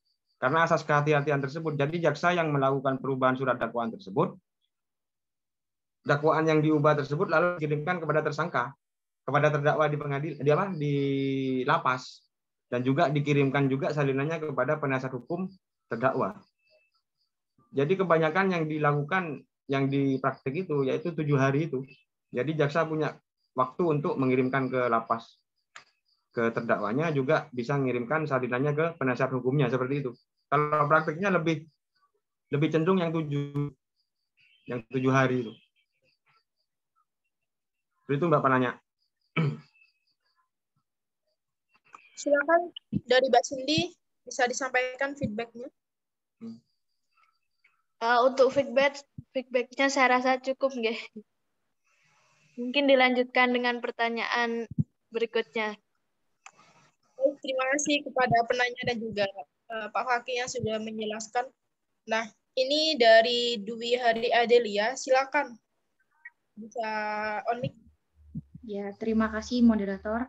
Sebelumnya, Assalamualaikum warahmatullahi wabarakatuh. Yang saya hormati Bapak Fakih selaku materi dan moderator, teman-teman kompres semuanya. Langsung saja ke pertanyaan saya. Mungkin ini di luar dari tema ya Pak, mengenai UU ITE. Nah, ini saya sangat bingung sekali dengan UU ITE ini.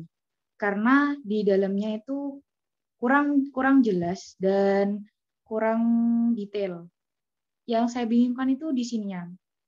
Di dalam UU ITE itu ada pencemaran nama baik dan lain sebagainya. Bisa terjerat UU ITE. Tetapi di sisi lain, seperti ada beberapa teman-teman saya itu yang mungkin share karyanya melalui media. Sekarang kan media sangat berdampak sekali ya, apalagi di masa pandemi seperti ini. Jadi seperti aja kayak kita nggak bisa secara bebas untuk mengaspirasikan pendapat kita makanya dengan adanya UU ITE tersebut. Tetapi memang ada juga beberapa oknum-oknum yang tidak bertanggung jawab atas karyanya, atau mungkin bisa saja penipuan secara online dan lain sebagainya gitu. Jadi kira-kira menurut Bapak bagaimana ya pendapat Bapak mengenai UU ITE tersebut? Jadi ada dilema menurut saya antara kami ya sebagai mahasiswa itu yang biasanya kritis kan dengan karya-karyanya gitu. Itu Bapak pertanyaan dari saya. Terima kasih. Coba dicontohkan Mbak, kritisnya itu kalimatnya seperti apa? Kalimat yang dituliskan di media itu seperti apa? Contohnya? Ya, mungkin seperti mengkritisi bentuk kepemerintahan Indonesia, kayak yang terjadi sekarang misalnya nih PPKM diperpanjang dan lain sebagainya karena untuk mencegah penyebaran COVID misalnya. Tetapi di sisi lain kan itu tidak efektif. Jadi muncul karya-karya dari teman-teman kayak ketidakefektifan dengan itu. Nah, itu bisa saja kan dilaporkan atas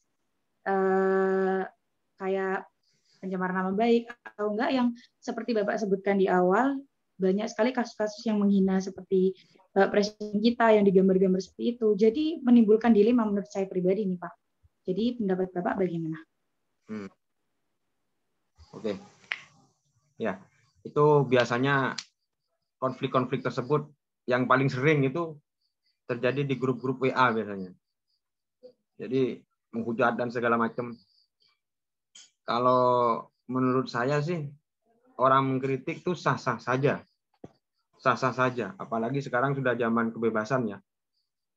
Zaman reformasi, kita mengkritik sebuah kebijakan, baik itu pemerintah, baik itu kampus, kita wajib untuk mengkritik ketika terjadi kesalahan. Tetapi kritiknya itu tidak secara brutal.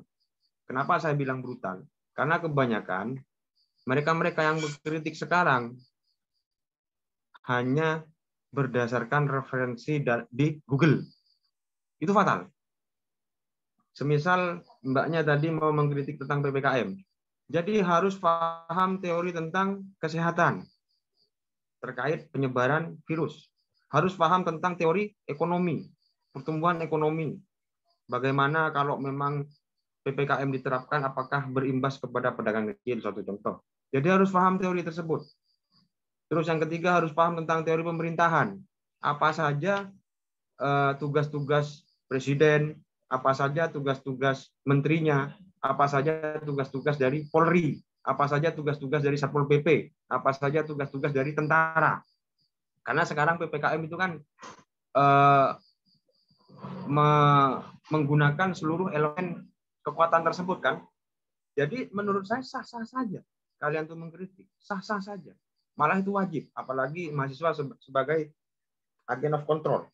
Jadi harus mengkritik memang, tetapi kritiknya jangan brutal. Suatu contoh sampai mengkritik kampus, suatu contoh. Kampus. Wah, no ini kok SPP, semisal kayak kemarin tuh yang rame, apa namanya, UKT. UKT itu kok tidak dikasih keringanan selama pandemi. Jadi Anda harus paham surat edaran Menteri Agama. IAIN, pada waktu itu masih IAIN. IAIN itu bisa memberikan keringanan UKT terhadap hal-hal yang ini. Itu sampai harus paham. Jadi tidak serta-merta mengkritik. Kenapa kok IAIN tidak memotong SPP UKT mahasiswa, sedangkan kita sekarang pandemi. Jadi kita harus pahami dulu teorinya, baru bisa menyampaikan kritik. Jadi jangan niru-niru orang yang di luar. Baik itu kritik melalui tulisan, baik itu kritik melalui media sosial, baik itu kritik melalui buku. Nggak masalah, sah-sah saja. Tetapi sampean harus paham teorinya. Ketika sampean itu bukan fakultas kedokteran, jangan mengkritik virus. Sampean bukan alumni fakultas hukum, jangan mengkritik hukum. Sampean bukan alumni fakultas keperawatan, jangan mengkritik tentang isolasi mandiri. Bisa saja sampai itu mengkritiki hal itu, tapi baca dulu bukunya, pahami dulu teorinya, pahami dulu dasar-dasarnya. Jadi tidak serta-merta kritik. Ketika sampai buta tentang teori tersebut, moro-moro baca artikel di Google, dengar ceramah di YouTube, dengar pendapat di YouTube, tiba-tiba sampai nulis sesuatu. Belum tentu yang kalian baca di Google itu benar, belum tentu yang sampean dengar di YouTube itu benar. Jadi perbanyak dulu referensi, perbanyak dulu teori, perbanyak dulu relasi, baru sampean baru sampean bijak dalam mengkritik. Karena saya baca terutama di media-media sosial ya, banyak memang yang mengkritik PPKM, mengkritik Jokowi, mengkritik Luhut, dan juga mengkritik penerapan PPKM banyak. Tetapi isinya kosong kritikan mereka itu. Akhirnya pihak-pihak yang merasa dikritik ya kebakaran jenggot lah. Kalau kritiknya benar, saya rasa mereka tidak akan melaporkan penyemaran nama baik, malah dia akan menjawab berdasarkan teori yang mereka punya. Semisal kayak saya orang hukum, saya praktisi hukum, tiba-tiba mengkritiki masalah Dokter Tirta. Ya saya tidak paham ilmunya. Bagaimana saya mau mengkritik? Kecuali ketika ada hakim yang menjatuhkan putusan, terus saya kritik, saya bikin tulisan, saya bikin surat terbuka kepada presiden. Dasar-dasarnya juga harus jelas. Putusan tersebut kenapa, kok tidak adil, hakimnya kenapa, terdakwanya kenapa, jaksanya kenapa. Jadi seperti itu. Saya tidak membatasi sampai mengkritik. Mengkritik itu wajib. Agar pemerintah itu ada yang mengkontrol. Tetapi kritikan tersebut harus punya isi. Tidak brutal, tidak buta. Jangan meniru yang lain. Referensinya hanya Google, referensinya hanya YouTube. Perbanyaklah baca buku. Buku apa saja. Teori-teori apa saja sampai pelajari. Ketika sampai menguasai sebuah teori, kritik orang-orang yang menurut sampai itu tidak benar, tidak masalah. Kritik. Oke, gitu, Bu, Mbak Moderator.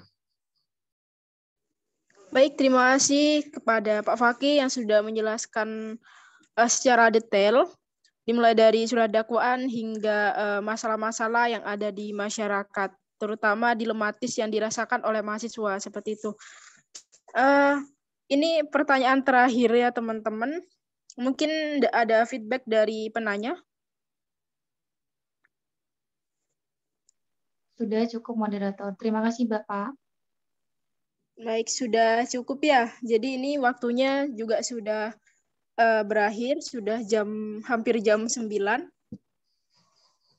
Dan teman-teman juga sudah pada live semua. Jadi mungkin hanya ini saja yang dapat dipaparkan oleh pemateri. Apabila nanti ada pertanyaan lebih lanjut, mungkin bisa di-sharingkan lewat grup. Boleh kan ya, Bapak? Gak apa-apa. Enggak, siap. Teman-teman adik-adik ya yang di kompres ini khususnya sekarang itu kuliah sedang online kan, daring. Jadi saya yakin ilmu yang sampean dapatkan itu dari kampus tidak maksimal. Saya ingin kepada adik-adik yang di sini itu sering-seringlah diskusi, sering-seringlah mengadakan pertemuan kajian-kajian baik di kompres maupun di luar komunitas-komunitas kalian, karena kalau kalian hanya mengandalkan kampus apalagi di masa pandemi seperti ini, ya saya rasa tidak akan maksimal, bahkan bisa tidak sampai 50% ilmu yang sampean dapatkan. Sedangkan semester kalian kan tetap berjalan toh, meskipun pandemi semester tetap naik akhirnya lulus. Saya juga punya anak ini kuliah ini orangnya. Mungkin ada yang kenal ini. Dia juga dari tadi nyimak. Kalau memang mau belajar kelompok dengan Mbak Via ini, tidak apa-apa, monggo silakan. Bisa datang ke sini atau via HP, tidak masalah. Oke, gitu Mbak Moderator. Baik, ini ada undangan terbuka banget nih dari pemateri. Nah, salam kenal kepada Mbak ya. Nanti kalau misalnya nanti ketika ada waktu bisa main-main ke rumah jenengan seperti itu. Oke, siap. Ditunggu kehadiran kami ya, Mbak ya. Ya. Jadi dapat saya simpulkan selaku moderator. Nah, jadi apa sih perbedaan antara pidana sama perdata? Jadi untuk pidana itu memang ranahnya itu publik, kemudian untuk perdata itu ranahnya adalah privat. Dan apakah dakwaan ini ada di pidana atau ada di perdata? Jadi untuk dakwaan ini adanya hanya di pidana gitu. Jika di perdata, nah itu adanya surat gugatan seperti itu. Nah, terus mengapa sih perlu adanya primer dan subsidiar? Nah, jadi sebenarnya subsidiar ini adalah opsi kedua dari primer, dan untuk subsidiar ini tidak melulu soal uang, tetapi apabila misalnya nih contohnya apabila tidak menyerahkan yang berupa uang, maka bisa diganti dengan pidana kurungan seperti itu. Dan untuk kesimpulannya nanti akan saya share, nah, mungkin bisa dibaca-baca oleh teman-teman, dan terutama untuk materi yang sudah diberikan oleh Bapak Fakih bisa disimpan dan bisa dibaca-baca karena itu sangat bermanfaat untuk kita sebagai mahasiswa virtual seperti itu. Ya. Alhamdulillahirrabbilalamin. Nah, tiba saatnya di penghujung acara. Terima kasih kepada narasumber atas ilmunya malam ini dan kepada teman-teman yang sudah meluangkan waktunya untuk belajar bersama. Jadi saya ingatkan kembali, jadi ada tugas buat teman-teman kompres, tugasnya yaitu meresum dan jangan lupa nanti dikirim kepada pengurus. Nanti akan dicantumkan kontak personnya. Dan untuk terakhir pengumpulan itu besok malam sampai jam 23.59 seperti itu. Mungkin itu saja yang dapat saya sampaikan selaku moderator dan mungkin ada closing statement dari Bapak Fakih, dipersilahkan. Biar semangat kami Pak, biar bisa menjadi konsultan hukum juga. Silakan Pak. Ya, saran saya kepada adik-adik di kompres ini, sistem UIN khas UIN Jember ini sekarang sudah bagus. Sudah bagus. Baik dari dosennya sudah berkualitas, perpustakaannya sudah lengkap, laboratoriumnya sudah bagus. Bahkan sampai saya kemarin angkat topi itu ke Cak Martoyo, ke senior kalian, Kolila, ke yang lain juga. Ada kompres komunitas peradilan semu. Saya sangat mendukung dan sangat apresiasi sekali ke komunitas kompres ini, ke komunitas peradilan semu ini. Cuman dengan adanya kemajuan-kemajuan yang sudah kalian nikmati sekarang itu, jangan sampai membuat kalian itu lengah, lalai. Jangan lupa, ketika kalian sudah wisuda nanti, ketika kalian sudah lulus nanti, saingan-saingan kalian itu sarjana hukum ribuan, jutaan. Baik dari UNMU, baik dari UNED, baik dari UIJ. Dari Jember saja ada beberapa kampus fakultas hukum. Semisal 1 tahun UIN mewisuda sarjana hukum 100, semisal. UNED berapa? UNMU berapa? UIJ berapa? Suatu contoh 500 1 tahun sarjana hukum. Mereka tidak akan terserap dunia kerja semua.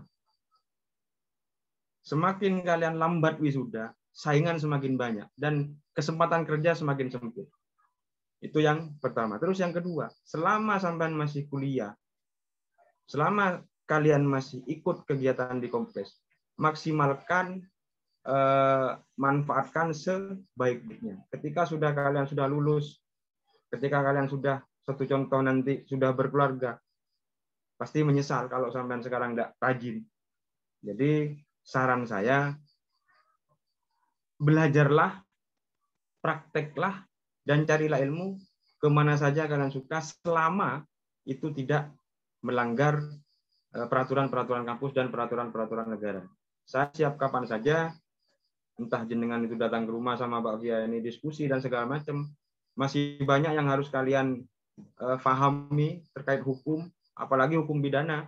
Ada yang namanya primary evidence, alat bukti pokok, ada yang namanya secondary evidence, alat bukti pendukung, ada yang namanya alat bukti petunjuk yang berupa gabungan dari beberapa bukti, ada juga yang namanya nanti asas-asas hukum, presumption of innocence, asas unus testis, dan juga ada asas namanya testimonium de auditu. Kalau di berdata itu ada fakta sunt servanda, dan segala macam. Jadi kalian harus banyak-banyak belajar, banyak-banyak bekerja keras. Kasihan orang tua kalian yang di rumah yang harus membiayai dan juga harus meluangkan uangnya lah untuk bayar kuliah yang mahal itu. Oke, begitu Mbak Moderator. Baik, terima kasih closing statement dari Bapak Fakih. Nah, mungkin ini ada closing statement dari moderator. Jadi akhir dari hukum bukanlah untuk menghapuskan atau menahan, tetapi untuk memelihara dan memperbesar kebebasan.